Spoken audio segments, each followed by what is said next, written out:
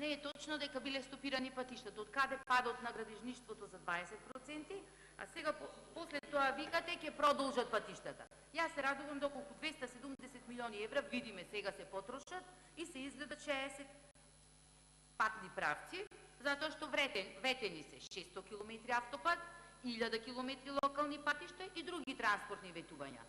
Тоа треба да го видат граѓаните. До сега нема ништо, осем дел што е откочено од дел од патните правци, кога видите дека драстично паѓа бруто домашниот производ. Запрена изградбата на пругата кон Бугарија и имаме, не е тука господинот Ангјушев, владата на СДСМ на Кочо Ангјушев му даде подолготраен закуп за непосредна спогодба градежно земјиште за изградба на мини хидроцентрала.